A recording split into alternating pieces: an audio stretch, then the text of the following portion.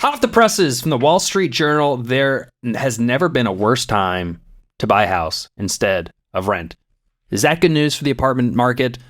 Definitely for the long term. The short term, we shall see. Also on the Gray Report today, piece from Real Page, which markets could be most and least impacted by apartment construction, something that we're talking about all the time, just all the supply that's coming online, how that's going to affect the real estate industry. And then another piece from Freddie Mac, millennial household formation, potential for another 3 million households. Finally, millennials are getting married and having kids. Who would have known?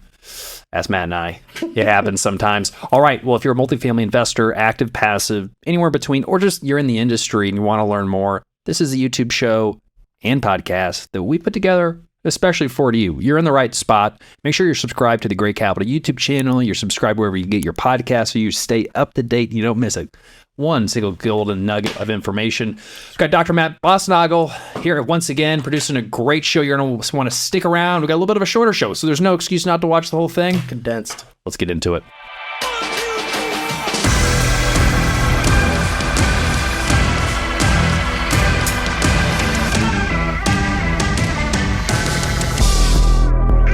Welcome back to The Report.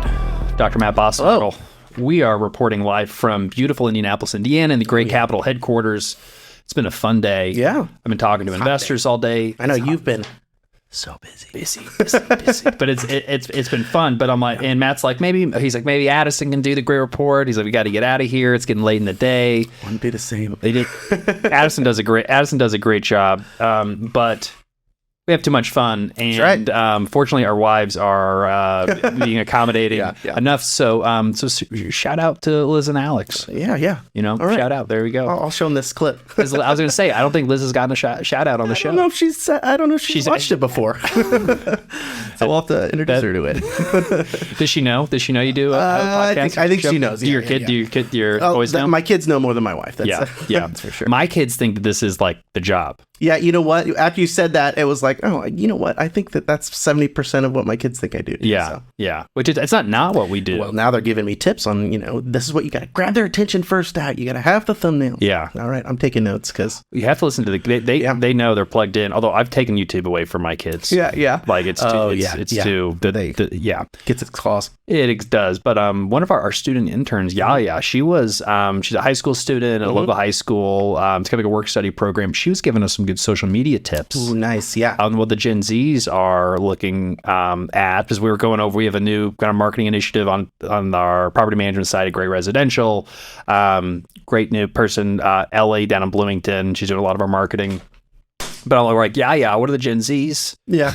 What are all the Gen Z kids doing? Because from my perception, it's no longer looking for a good aesthetically pleasing photo. It's like out of focus at a strange angle. Oh, yeah. There's a whole aesthetic that I don't understand. But Gen Zs, they're that renter demographic that's moving up, and you have to be able to kind of speak their language. Yeah. Speaking of Gen Z renters, Matt. Oh, yeah. Speaking of Gen Z renters, there's never been a worse time to buy instead of rent. For millennials, for Gen Zers maybe a little young. Are they going to be stuck? As you said, maybe a permanent. Not underclass, but just are they going to be stuck at renters for life? Well, permanent renter underclass is like the key word that that we've heard. When people talk about is underclass politically correct? No, it's politically charged. That's what gets the clicks. But it is this idea that a certain group, because of high home prices, they are put off from buying a home, and they are choosing to remain renters. And I note this elsewhere, but I'll just talk about it right now. We've heard this since really like the beginning of the pandemic, when home prices started to rise. They really rise violently and put some people off because they couldn't make that down payment. And now the discussion's still continuing because of now it's mortgage rates. Whereas before it was just simple home prices. Now it's mortgage rates, and also the fact that home prices really haven't gone down in a way that would compensate for the increased interest rates, which that's a lot of the same thing happening in the multifamily market. But We have also been, just as much as we've been talking about these barriers to home ownership, we've talked about the disconnect between home prices and rents. Redfin used to have like a useful comparison, but that kind of fell off. And there were other sources that were actually from a very early point in the recession that were like starting to track this, and like this has been a discussion really ever since home prices started taking off in earnest around the end of 2020. Well, it kind of flies counter to the narrative, which in both things are true, are that, the rent's just too high. Rents are way too expensive and the rents need to come down. But then when you look at into, relative to the whole universe and housing market, what are your alternatives? Rents actually seem relatively cheap. But again, like try telling that to anybody who's running an apartment, especially last year, it doesn't seem very cheap, even with rent growth, negative year over year. It's 1% negative over like 20, 30, 40% increase from a couple of years ago. Yeah, that's true. Like people haven't really yet forgotten those previous increases, and it's still on an absolute basis, really, really high. And just looking at the history is pretty persuasive to see that we are in a period in which home prices are so much more expensive than rents. But that being said, I was curious a little bit about how they got this number. And the common thing, I know it's a little bit of a caveat, but I think that the graph that's supplied in Wall Street Journal, like that's more persuasive than what I'm about to say, which is to say that like, yes, you can tell that it's highly abnormal. However you formulate it, we are entering a period in which home prices have never been more expensive relative to rents. Now, the way they figure this is a little bit tricky because they are combining median home prices with an average apartment unit rent. Now, the average apartment unit is not 3 bedrooms, and a median home is 3 bedrooms, 3.38 or something like that. But so if you kind of equal it, so the median home square footage is 2273. That's as of 2021. The average apartment unit square footage for a 3 bedroom is 1367. So it's about 60% the size of a home, of a single family home. So roughly speaking, apartments are 39.9% smaller. But in my formulation, then compared to the median mortgage cost, which was $3,200, the median rent is $2,100. So I did the math there. If you're equaling out, the comparable apartment is 39.9% smaller, but it's only 33.5% cheaper. Okay. If you but that does not factor in the maintenance costs and just the other is kind of upkeep and the amenities. And there's like a lot of other things that make, maybe like usable space, convenience. There's a bunch of other stuff associated with it. So not apples to apples comparison. Not exactly. Not pure, but the general sense and the takeaway is true. Doesn't necessarily, because you're saying on one hand, it's like, okay, you're getting a smaller space in apartments, so like that makes sense. But at the same time, there's a lot of costs associated with owning a house. And what the Wall Street Journal, by factoring this in over time, what they have said is, depending on where that equilibrium, we're well off of it. Maybe there is a premium to being able to move out in either way. They're taking the same statistic, or they're using the same metrics over time. It's also relative. So again, so like the formula, it's like looking at unemployment. It's like, okay, we can agree that like the U6 or whichever method of measuring unemployment is maybe flawed, but if we're using the same measure, it can be at least relative, until if you see the big increase in that line graph, then something's unusual. It's still it's like unemployment may be higher, but it's lower than it was at this point when you're measuring the same thing. And also what I really thought was really interesting, and it made me want to expand this even further into the past.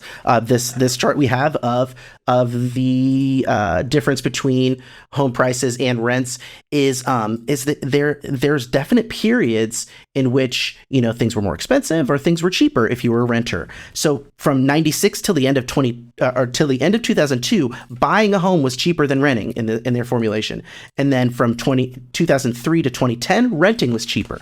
It's a great housing crisis, and it it kind of reared its ugly head.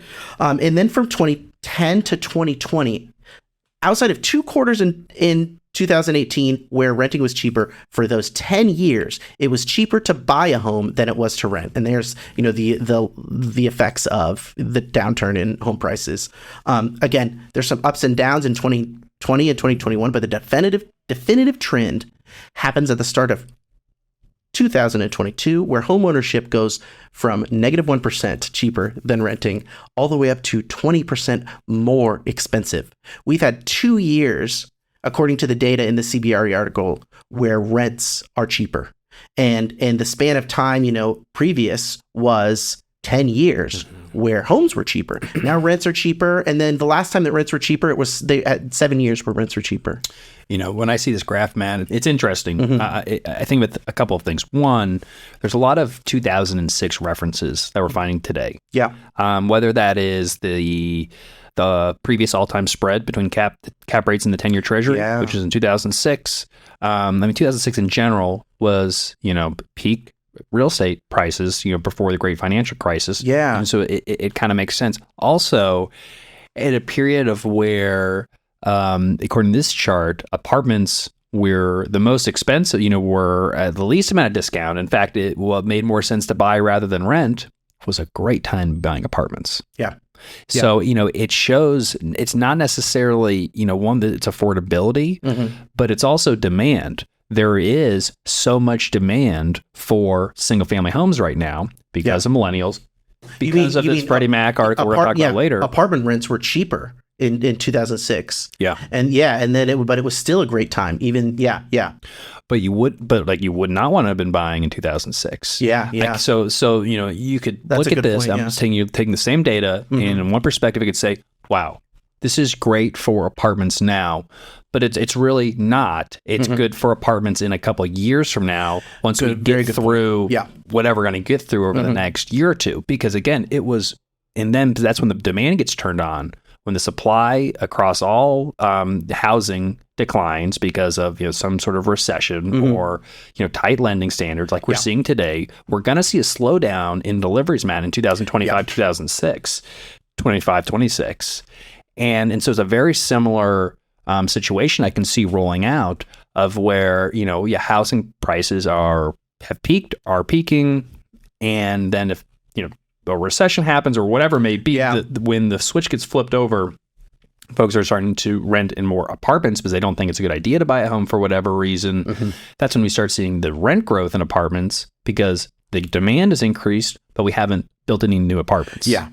So it's, again, we're setting up the stage for, some distress in the near term and some really good buying opportunities, probably within the next 6 to 12 to 18 months, because there's going to be a really good environment for rent growth and operations in 2025 and onward. Most likely. Again, that's like a little bit of crystal balling, but that's how I see this as setting up really good long-term fundamentals. But right now, today, it's showing because rent growth has stalled. Values for apartments are down 20%. Single family homes are up. Yeah. Well, and that's kind of what I was thinking about is the lagging effects. Now you can kind of trace interest rates as maybe a cause of some of this. There was a brief bump in 2018 that could have been caused by the taper tantrum or something like that. But ultimately, I think of it in this way, in that, yes, home prices are that much higher. It does not mean that you're guaranteed that rents are going to go up. But I think what it does is give you some insulation. And we see this in the pandemic where apartment rents did not crash like home prices did. And really, the story of it being cheaper to buy a home during that time post-crisis is because rents just stayed stable. They didn't just decrease, but it was the decline in home prices. Home prices went down. Exactly. Yeah. So there is just this fundamental stability, and I don't think it's born of owners and operators and landlords saying, "Oh, I don't want to push it too far."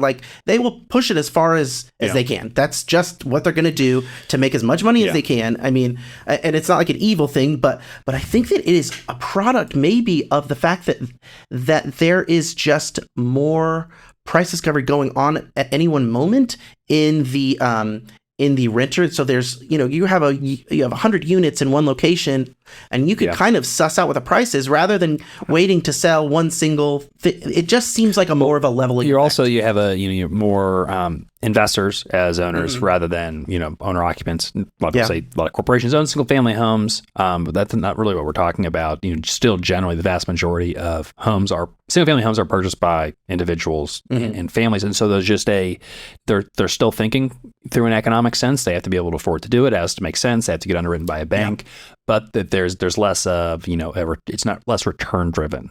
And just less analytical, and just the decisions to buy and sell again are less driven by economics. They can be, but it's more kind of lifestyle in life event. Not to say that there is some part of that decision making when you're renting.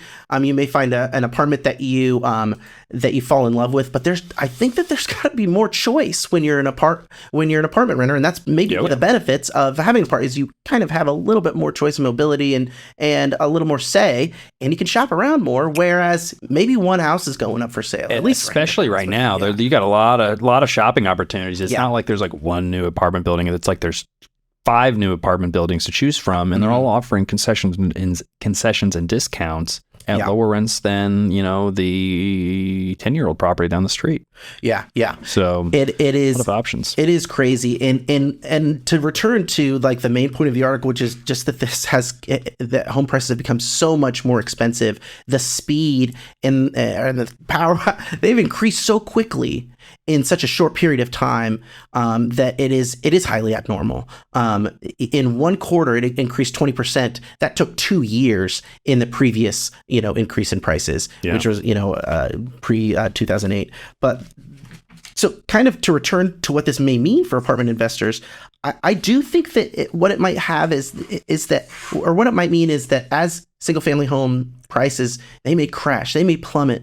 But and this is, if there is a housing crisis, and there's an argument out there that, that home prices could stabilize. But yeah, there's so much demand. I mean, again, millennials, we're going to be talking about a bunch of 3 million households being formed here. There's a lot of demand for single family homes. There's good demand for housing. People love to have their own home. Most people just can't afford to do that. But people like renting too, as a choice. And if from a risk standpoint, it certainly seems less risky. Move around. You don't have to worry about maintenance. I mean, there's so much benefits to renting. I mean, there's benefits to owning, but it's a lot more complicated. And really, I think if you looked at it unemotionally, owning doesn't make much sense. Like, it's a total emotional thing. Most of the time. Not always, but like the reason why we own our home is mostly like emotional, like a better financial decision. You want to live somewhere cool and have our own space, and because we think we want to, because is it ever really ours? It's like they've got to pay property taxes. And I think that's a good point. I think that apartment renters they have more hard limits on, this is how much they can pay. And if you go below that, and we've seen this in kind of the rent growth numbers, there's definitely a floor. And but I think that because there's such a divergence, the floor for rent growth is a lot higher, I think, or the potential to fall in rents. They're not going to fall quite as dramatically as houses could fall. Values in general. Because there is just so many place to live, but from a finance perspective, those values can go all over the place. It's crazy to look, and I was just looking at the Case-Shiller data, which is going to be updated tomorrow. So it's sad. So that's why you wanted to do it, the podcast. Yeah, that's right. So we're like a day away from the August home price data. But if you plot it from January to July, home prices have increased. Like, there was a period in 2022 when the interest rate hikes first started where home prices gradually fell a little bit, but they have gone right back up. They've erased all of the losses, and they are up on a year-over-year basis, at least in July. So you think Jerome Powell, the FOMC board members, they're just looking at it, and they're just shaking their head, and they're like, let's wait till the winter. Why? Things will cool off. I thought, all right, data dependent. Okay. And that is another factor too. And I'll discuss this in a second. We're going to get a rate hike? Is that what you're going to say? Well, yeah. No, it does underscore Just for fun? the idea that we are in it for a lot longer than other people, than some people think. I am not going to get this was the topic that I raised, but another thing that I've been thinking about all week is this spread between apartment cap rates and interest rates. But that's a little bit too much to bite off. We'll be here 2 hours. But we've got a good video on it that's coming out. So subscribe to Great Capital YouTube channel. You'll catch it. Did a whole 20-minute video on it, and it's really simple. It's just math. It's really it's addition and subtraction. Yeah. We are at a place that's like how I can go. Yeah. We're in a very unusual place. You see those home prices that are up way high, kind of like that for apartment prices. That's and apartment prices have even come down. That's the crazy thing. Yeah. And so it's good to relate things to other things. Matt, I want to talk about this Real Page article. Yeah. So which markets could be the most and least impacted by apartment construction? Rents are cheap, but another thing that makes them cheaper is if a new apartment arrives on the block, that usually new supply reduces demand and makes things a little bit more competitive, and so they're kind of lower in rents. And that has been the story in 2023. Is this story, Matt, almost like a mic drop moment for economists that have been saying for decades, to the NIMBYs out there that the only solution to housing affordability and the housing crisis is to build more. We need to build more. Yeah. And people, and the counter to that is like you're just building luxury apartments, which largely is true. You're not building the right. You're not building affordable housing, which is largely is true. All points well taken. But the effect that we are seeing because of all the apartments that have been built is a lowering of rents. Yeah. And increasing of affordability. And to repeat some of the things that I was thinking about, like when I was coming up with these notes, and to connect it a little bit to the Wall Street Journal discussion, is like apartments, they're not exactly liquid, but it is a much more fluid market than the home sales market. And when apartments come in, it's not like they set that $2,500 rent and then all the rents go up. So they're not liquid, but they're fluid. They're not completely. They're a semi-solid. Well, I always heard someone saying, they're like farmland. We consider it liquid because we can sell it in 30 days. It's like fluid. It's quick. Yeah. And then I've heard other people say, I forget what assets they were talking about. They're like, no, I can sell it quick. Yeah. I'm like, okay, but like it's not really liquid. Yeah. Like you can't make a call and sell it. And they're like, well, it's liquid enough. Okay. Yeah, I mean, relative to home, I just had this. I had this image in my head of all of these apartment renting transactions happening all at once, and how a market could be more reactive in terms of rent changing prices than maybe homes changing prices. And like so it can adapt and does adapt when new apartments come on the block. All of there are algorithms out there. There are computers that are handling it. There are people that are looking up their comps if they're if they're good. And they're adjusting. Well, they'll look around. They're like, oh, we're only 80% occupied. What's happened? Oh, there's somebody new down the street. They lowered the rents. Yeah, Whoops. yeah.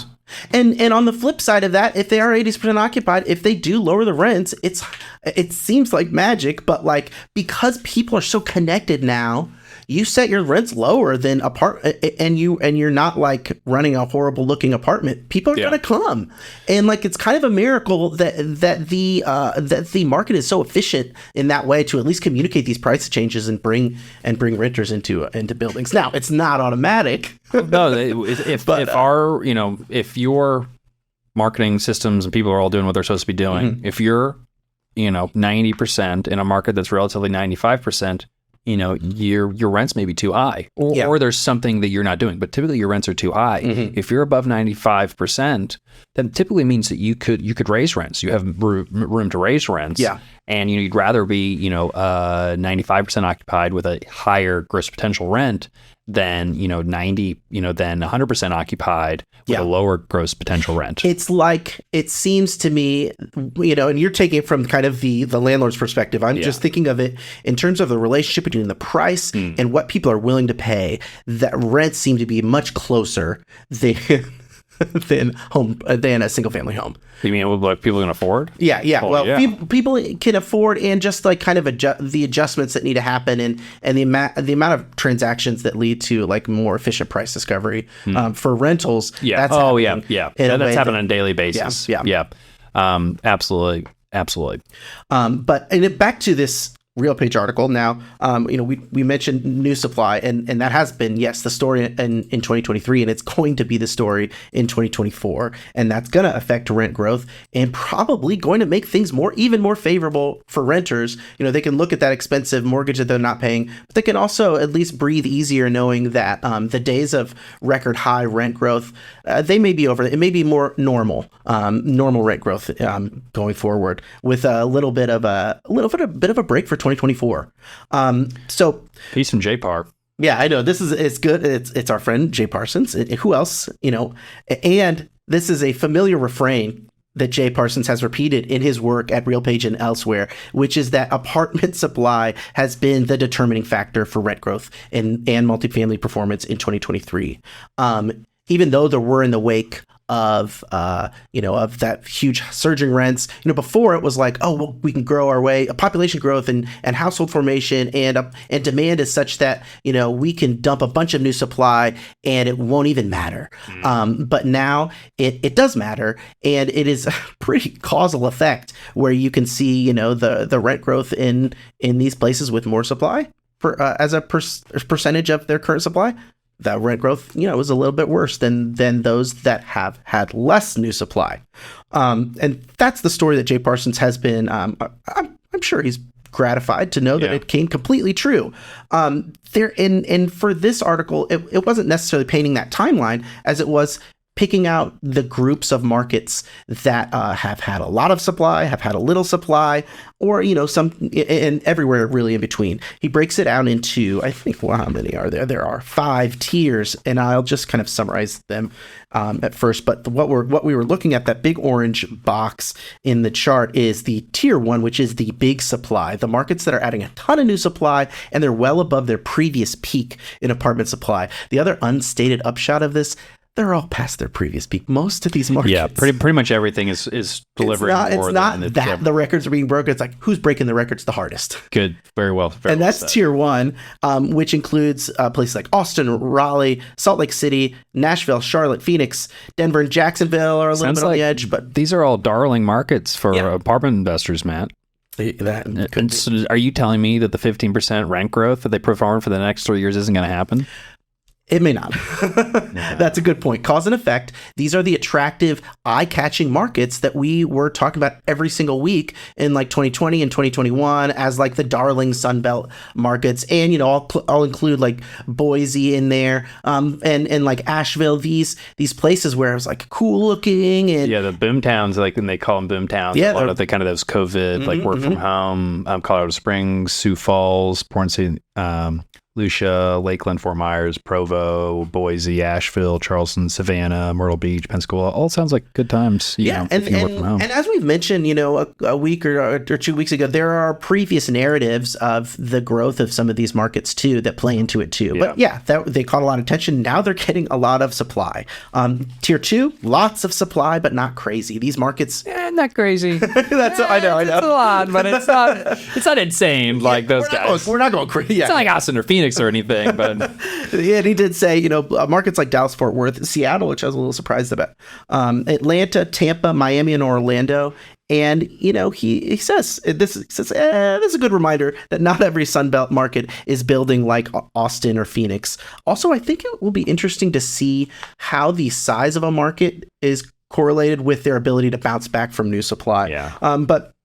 But that, that's more of the thing. And I did also want to note the big outlier in that first tier is Huntsville, which by adding 20% of their current supply in 1 year, they had to adjust their y-axis to make room for it in the shot. It's like, oh, I saw that. I saw. Probably gave the designer a headache, but I know. You could have fit in so much more markets. I didn't even see Indianapolis on here because of that. Well, they're in the list, but definitely not specifically named. They're none of them. Going down from there are lots of supply, not crazy. Places like Dallas, Fort Worth, Seattle, Atlanta. More than advertised. Yeah, that's tier 3, which are these markets could be breaking new supply records, but maybe just barely. Again, it's 1 degree, it's still breaking records. Don't worry.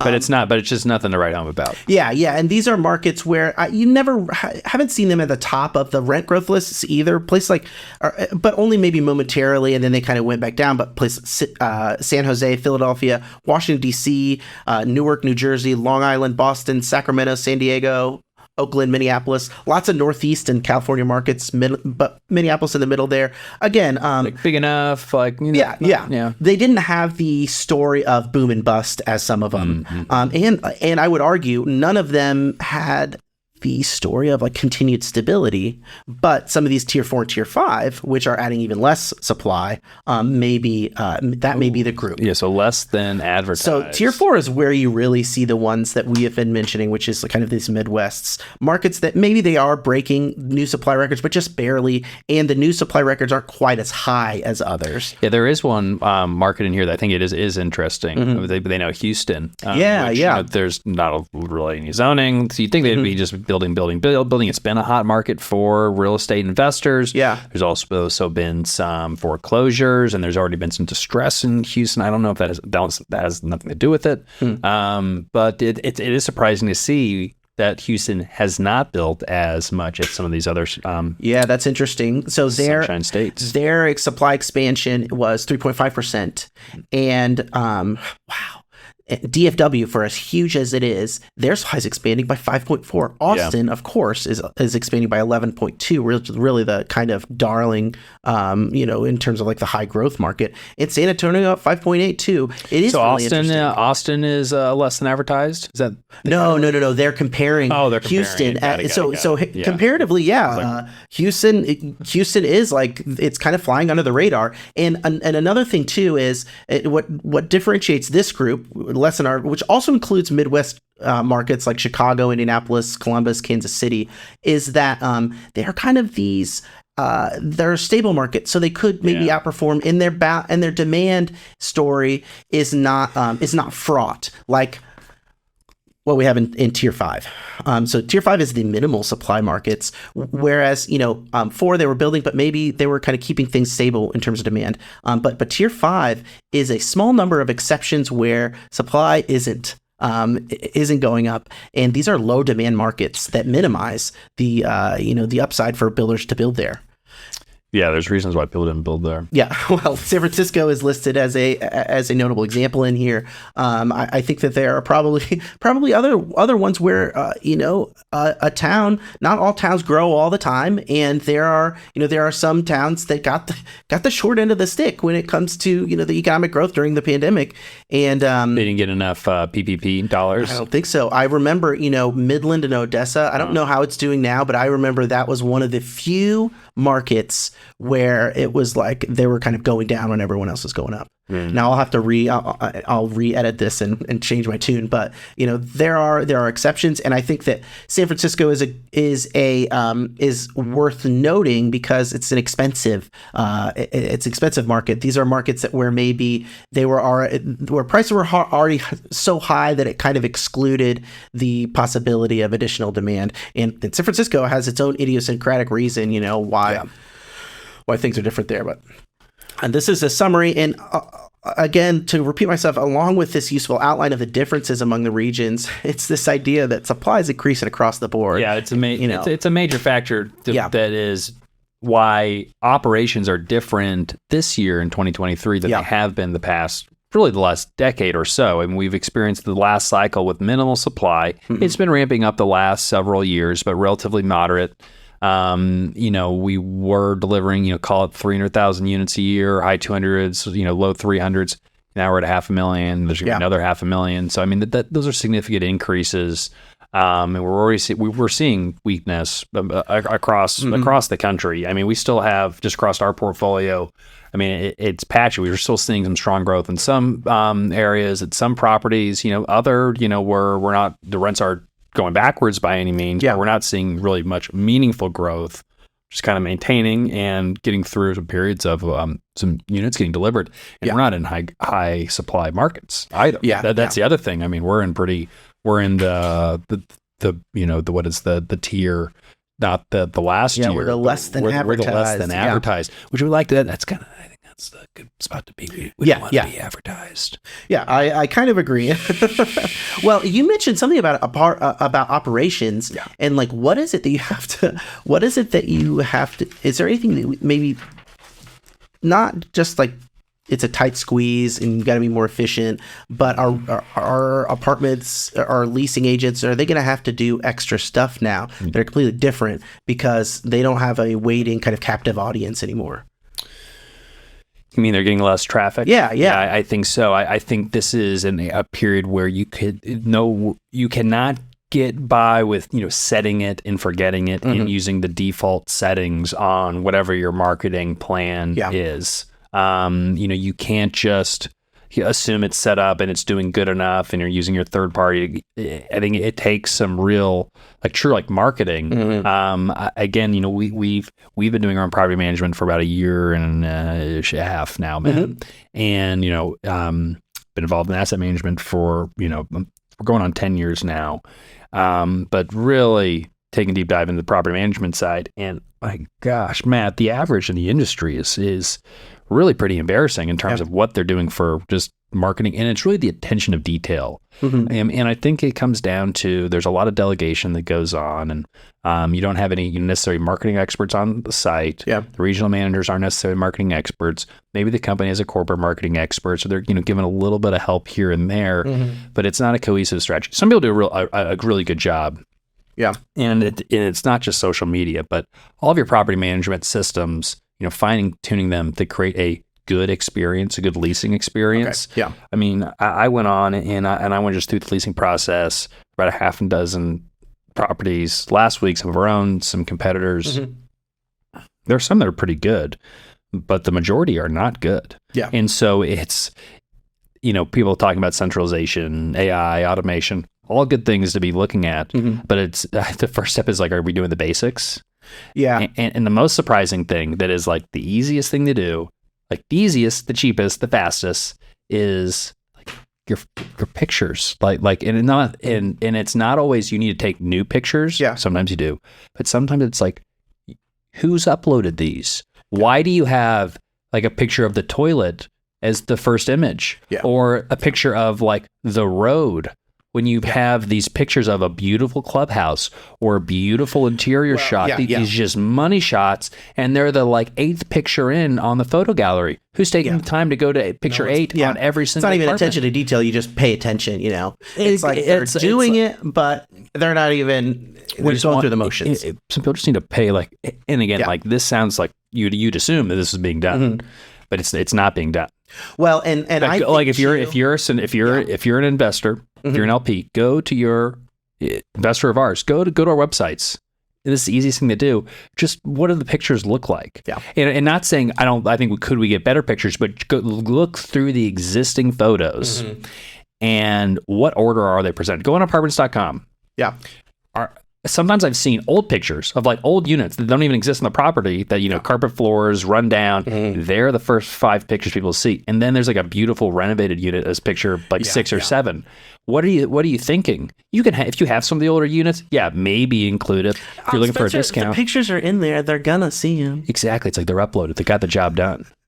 Before they did, well, it was fine because everyone was 100% occupied and rents were growing 20%. Last couple of years. Who cares? How is the property? It doesn't even make sense to pay for this extra effort that's required before. Exactly. But now, probably does. It should have been done before. But now it is just glaring at its head. It's very obvious. And because before invest, your joint venture partner, whoever in your meeting, and how's property performance? It's performing incredibly well. We're 100% occupied. We've increased rent. We're increasing rents by 15%. All is good. Inflation hasn't picked up yet. Okay. Well, no complaints here. Let's move on to the next. Versus, why are we only at 92% occupancy? I want to understand this. Let's dig into it. You shouldn't be waiting. It's a difference between proactive and reactive. If you're reactive and you wait till you get to 92, 85%, now can you make a change quickly? Sure, but it's a lot different from you're always being proactive. Well, and I'm thinking about it too, if there is a cost, right? And let's say that everyone's already working hard, 100% efficient before, then that means that you're just probably going to have to pay. This is a weird situation where even though costs are tight, it may make sense to pay to pay more, whether it's man hours or a service, to get leases than before, when it was like kind of easy. Yeah. Easy come. Yeah. It's a lot more work to get less leases. Yeah. Yeah. And you have to spend more on marketing. And the other thing is, the training from the on-site folks as well. Yeah. Yeah. The units don't always sell themselves. There was a time, and some properties do. The units that sell themselves, the leasing agent steps back and here are the units and take them. Yep. But most in a traditional world or in other sales scenarios, you have to ask for the sale. You can't be pushy. You need to be personable and all of that. But you gotta close the deal at some point. Yeah. Yeah. Like we talk about, these apartments are $15,000 to $25,000 a year purchases. They're not just $1,200 a month. Like it is, but it's also it's a mid-teen. It's $15,000 to $25,000. Per year. Think about, now we don't want to be like aggressive like a car salesman, but like look at that hustle in the car salesman. They're selling a product of very similar value. When I worked for trying to get a sale. When I worked for Brookstone, the kind of like top tier sales trading. Yeah. Well, you know what we did? Massage chairs. I was not allowed to sell the massage chair, but you know what we did? You didn't have like clearance? Didn't have the clearance. Not for that or the Tempur-Pedic beds, but I do have a point. We were selling. What training do you need on the massage chairs? Well, you don't want to kill anyone when they're in there. You put them out. People just get in them. If you push the wrong buttons, they'll crush you to death. And you just let the kid. Okay. Anyway, go ahead. Go ahead. No, but they're tracking their sales and calling people back for massage chairs. And they're not just waiting for the phone to call. If it is, I think it's the difference between following up and not following up. And if you can do it for a single massage chair, you can do it for an entire apartment, and it justifies it. And like it's not an inelastic good at this point, because there's a choice now. It's it's not full of 100. There's alternatives now, and it's less. Yeah, it's much less. You still got to find a place to live. Yeah, but you got options. Yeah, you got good options. No, it's true. Well, Matt, I want to learn more about the Brookstone experience. Okay. I'll tell you a little bit about the shark, we call them, but that's a little forever. But it is again, it's a different. Now we're talking about people and operations, but it was a different time too, post great financial crisis. Yeah. This was were you post undergrad, pre? It was about school? I'm trying to remember when it was back to 2009, 2009. Yeah. Actually, no. This was a little bit during high school, so okay, that's right. It was pre-financial, great financial. It was like 2006. Oh, okay. Yeah. Okay. Yeah. So never mind. I was going to say maybe it's like there was more hustle like post undergrad, looking for a job, thinking about grad school, and just people were a little bit more hungry. That was the point I was trying to make is like, King, there were not a lot of jobs to be had. Well, my point was, we had these people that it didn't seem like they were putting that much of an effort to sell these massage chairs, but at least they were following up. Yeah. And they were making the sale because they knew all I got to do is call them a couple times or once every month or so. But like, you can't just wait for them to make the sale. And my point was like, it's easy. People have done it before. There's a simple solution. It doesn't even have to be an AI bot answering your leasing calls. If you're just paying attention and making the extra effort and keeping people accountable for when maybe they are just waiting for the phone to ring instead of picking it up themselves. Yeah. And not to say that there's not a lot of great uses and functionality of a lot of the technologies coming out. Like we're super keenly focused on implementing a lot of great new systems. Yeah. But when we go through it, again, it's like if we look at the pictures. And I've done that from when I was just when I've invested as an LP or when I was investing more as a co-GP before we were sponsoring our own deals. It was just like, I remember on one deal, we didn't have a website. Like the website didn't even train. Yeah. There are some simple things. We had the website, but it wasn't listed on Google. Like there was just we could not find the website. Like you couldn't find it. Yeah. And I remember occupancy was starting to go down, and I was like, on an asset management call, I'm like, how am I supposed to find the place? Yeah. Like I'm a regular person, and this is 2017 or 2016, 2017. I'm like, how am I supposed to find it? Let's say I want to rent this type of apartment in this part of town. Like, how would I know it's there? Unless I just drove by it, which could be the case. So is the plan to just rely on drive-by traffic. Yeah. Which we do have a site that is what we do. Well, no, we have a website and all that, but like we don't do any. There's one site we have, one property that we don't do a whole lot of marketing because it's never needed it. Yeah. But for the most part, you at least have to have a website. Yeah. And it's like, guys, what do we think? What are we doing? We don't need like the fanciest website. The functionality is good, but like let's get on the World Wide Web and give it a start. A lot of low-hanging fruit, but I to your point earlier, there are some cool, some technologies, and who's to say that AI does. Oh, there's a ton of room for automation because it's like, well, why rely on or assume that the next leasing agent, there's a high rate of turnover.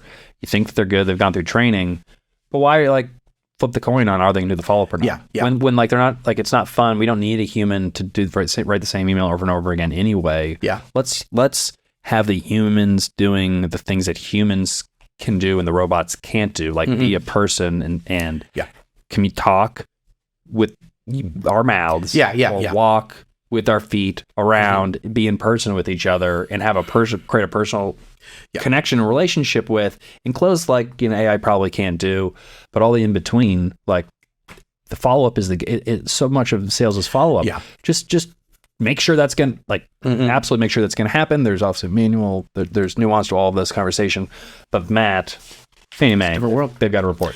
Yeah. So, changing gears a little bit, we were talking about the change landscape with new supply, and fortunately, it does seem like, again, we've said fundamentals are great. There are strong fundamentals for the apartment market. Largely, 2024 is going to be a limited, it'll be a limited time where supply is outpacing demand so much. And the point of this October 2023 spotlight from Freddie Mac is a funny spotlight, man. I will say, just this first paragraph is I've got a little bit of a kick out of it, but it is millennial household formation has the potential to add another 3 million households. So we are behind. If you talk about where the average millennial is at this point in their lives, they are not forming the households that Gen Xers or Boomers would have formed.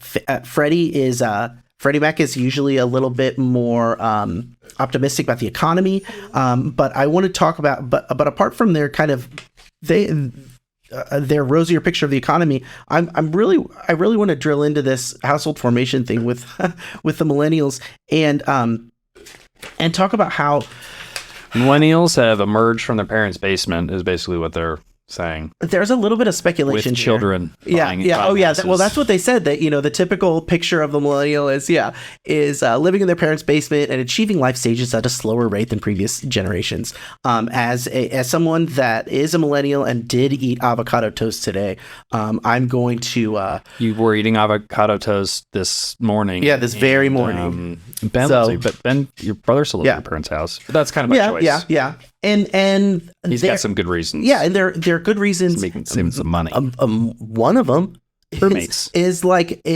that home prices are so high. There are huge amount. And I'll just name a little bit, because the implication that they say is all these 3 million millennials, or whatever the deficit is, they are poised to become instant home buyers. They're not just going to form new households. They're going to flow right into the home buying market. And I don't think that I don't think that is necessarily the case.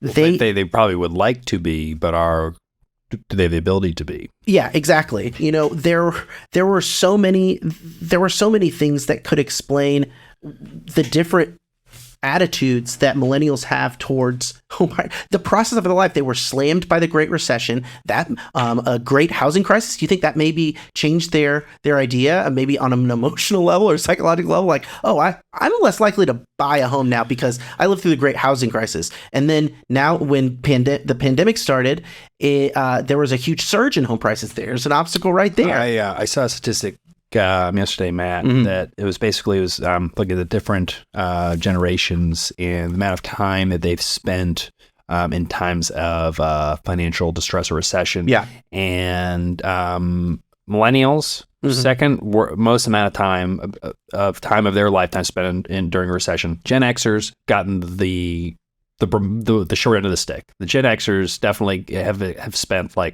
think it's closer to 9% of their lifetime during a financial, some sort of crisis or recession. Millennials, I think it's like 6.9 or something. Okay. Boomers, it's like 2. Yeah. They know it's a lot longer period of time. Yeah. But it's interesting because, these demographics, these numbers, I mean, this median age of being a first-time home buyer doesn't move around that much. Yeah. Like that usually stays put. And the point that they're making is, we've talked about it a lot on the show, Matt. Millennials are the largest cohort of any generation. That peak cohort is like 33. I thought, kind of 33, 34. That was 34. But that the largest peak of, again, 33-year-olds are a year away from entering that year where most of them, the median time where most of them should be buying a home. Now, I know a lot of them are. Yeah. But can they? In how many years that gets pushed off? Because there's probably going to be a lot of pent-up demand because of the market. Yeah. Those are all renters for a period of time. Probably good for the apartment market for a couple of years. Yeah. People are going to eventually want to start buying homes, I'd imagine. Yeah. Yeah. But are they ever going to be able to? And that's why, this idea of the permanent renter underclass, which is, is like underclass, a very provocative term. Getting some race or, some class war. Because I think that there's some the implications is that they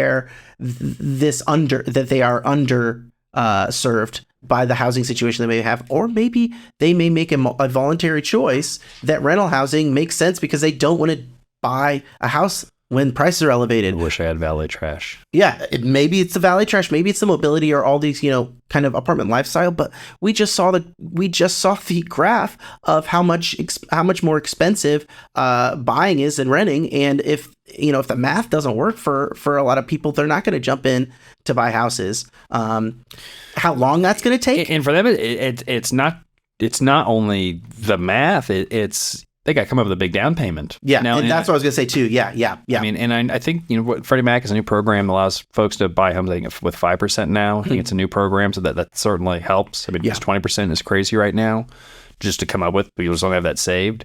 But still, the monthly payments, you're only going to get approved for so much. Yeah.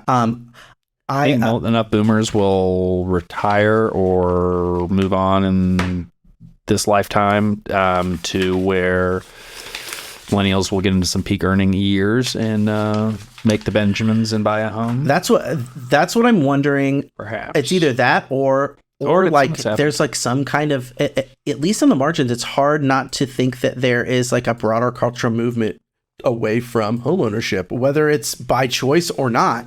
This is happening, and apartment rents are kind of the beneficiary to it. Although, I may have mentioned this before, but home ownership is not going to eat the lunch of apartment rents usually. And this is even in 2020 when we were talking about this. High housing demand is going to it's a rising tide lifts all boats situation. If there's a lot of demand for single family homes, usually there's a lot of demand for apartments. When I saw the home ownership rate, which had dropped down post Great Financial Crisis, but then it was really increasing. But some of the years that it was the home ownership rate was increasing were some of the best years for apartments. And again, it kind of goes back to that first graph we saw on affordability. It's where apartments were the most affordable were some of the worst years for apartments. Yeah. But eventually led to, they were just a 24-month leading indicator of the good times ahead. Yeah. It's really interesting. And I don't know.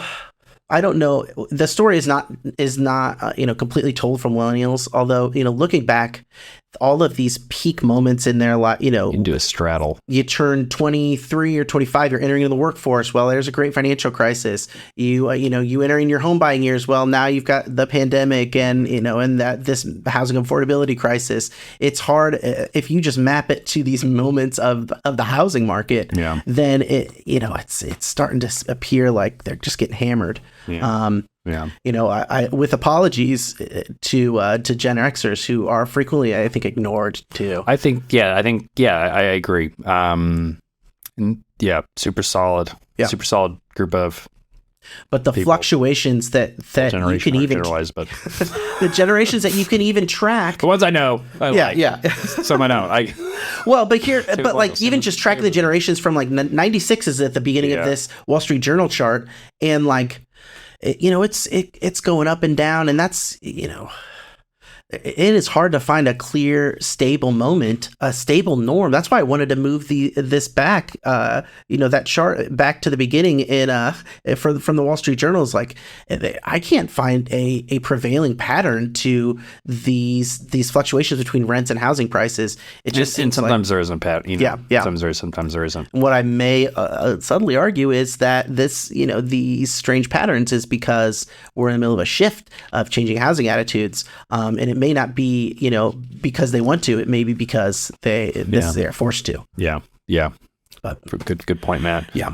Well, I know this is a shorter episode than we typically do on the Gray Report, but it was a good one. Yeah. Packed full of good information, Matt. I really appreciate you putting this together. Again, leave a comment below. Let us know what you think, especially where Matt and I are off base. True. I asked a question on LinkedIn, Matt, and it really triggered a lot of people. I said, do cap rates matter? Well, I posted some math. I was like, just no opinion, here's some math that I'm seeing on cap rates. Yeah. Do they matter? So comment below, do cap rates matter? Do they matter? Did they matter? Do they not matter now? Yeah. A lot, surprisingly or unsurprisingly, a lot of syndicators came out of the woodwork, and I don't really understand all the comments, but it was sort of that they didn't matter to them. You can ignore them here, but you can't. That's good now. Here. But you only can. Yeah, they may matter here, but they may not. So let us know. Leave a comment, if you're a accredited investor, you want to learn more about what we're doing at Great Capital. We've got some exciting announcements coming up soon. Get in touch with us. Again, if you're a accredited investor, greatcapitalllc.com. There's going to be links below. Also, if you're a multifamily sponsor and you're facing a loan maturity and you're looking for some gap equity, give us a call also. We've got some interesting solutions to help you out and get yourself stabilized. Totally. Got a lot to announce.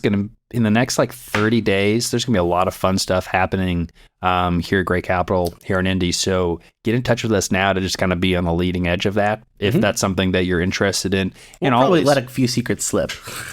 That's the edge of the Gray Report listeners get is that let it all out. I can see the beginning of the greatest. We don't think ideas anyone's listening, so we let all the secrets out. This is the birthplace of all the good ideas in the multifamily market. That's a good slogan. Did Jerome Powell say that? I think. I'll look into it, but I think he may have. Yeah. Was that attributed to just email, call back, email the Federal Reserve and just see if they can get back to us with comments? Yeah. Have we heard back from the BLS? I think we're still on hold. Doing some of the hard work so you don't have to. Appreciate you watching the Gray Report. We'll catch you next week. Stay safe, everyone.